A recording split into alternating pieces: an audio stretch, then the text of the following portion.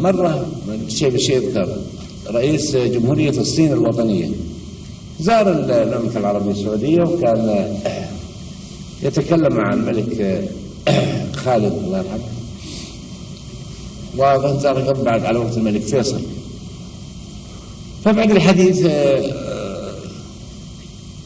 أمر علي الملك إني أروح مع أوصل إلى المكان المعدل للسكن. يقول له هن في السيارة بواسطة المترجم، قال أنا أبى أطلب منكم طلب وأنت يمكن تستغرب منه، هذا هو مسيحي. قلت له على كل حال الشيء اللي أستغرب منه يمكن له جواب، ما في شيء ما له جواب. قال أطلب منكم أن تكثروا من الدعاة اللي يدعون للعقيدة الإسلامية، وأرجو أن يكونون عندهم إلمام باللغة الإنجليزية.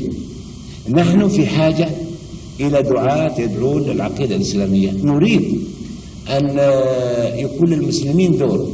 سألت من باب السؤال رجل مسيحي، قلت والله هذا يا فلان أستغرب هذا الطلب، هل هو مجاملة منك؟ ولك تدرك أن المملكة العربية السعودية هي في الله أنعم عليها وأكرمها أن تكون في خدمة الإسلام والمسلمين، وجعلها في خدمة الحرمين، في خدمة مكة والمدينة. قال ليس مجاملة، الشيء الوحيد اللي ممكن يحمانا من الشيوعية هي العقيدة الإسلامية.